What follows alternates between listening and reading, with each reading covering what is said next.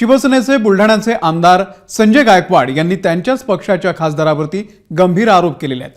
केंद्रीय राज्यमंत्री प्रतापराव जाधव यांनी माझं मताधिक्य कमी करण्यासाठी विरोधी पक्षाशी संधान साधलं।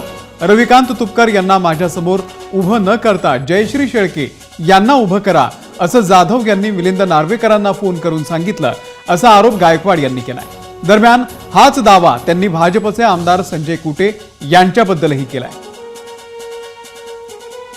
मला भारी पडायचा विषय नाही, माझ्या पक्षातल्या लोकांनी अशी गद्दारी का करावी?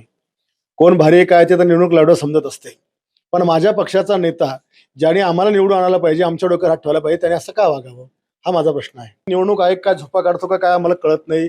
70 कोटी रुपये जर समोरचे उमेदवार हरामाचे खर्च करत असतील तर आमच्यासारख्या माणसांनी 70 कोटी आणायचे कुठून? पैशावर जर निवडणुका जिंकल्या जात असेल तर आम्ही शेवटी एवढी विकास कामं करून आमचा उपयोग काय?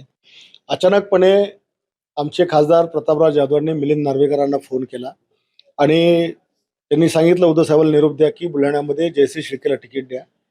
तिकडं संजय कुटेंनी अनिल परबला सांगितलं की तुम्ही तिकडे जा, उद्धव साहेबांना आमचा निरोप द्या की बुलढाण्यामध्ये जयश्री शेळकेला तिकीट द्या। या दोघांनी तिकीट दिल्यामुळं रवी तुपकरांचं तिकीट जे होणार होतं, जे झालेलं होतं, फॉर्म भरलेला होता, तो फाडून टाकला गेला आणि उमेदवारी यांना दिली गेली। आणि मला कोणत्याच आमच्या नेत्यांची म्हणजे जिल्हा पातळीवरचा कुठलाही नेता आमच्यासोबत नव्हता। अगदी संजय कुटेंनी आमच्या गोडे साहेबांनाही घरी रात्री 2:30 वाजता बोलवून त्या ठिकाणी सांगितलं की तिकडे प्रचार जास्त जायचं नाही। माझ्या विरोधी पक्षाचा जो उमेदवार आहे यांची आणि कुटेंची रात्री 2:30 वाजता मिटिंग होती, ही कशा करता होते? आपल्या महायुतीच्या नेत्यांनी असं का करावं? एबीपी माझा, उघडा डोळे बघा नीट।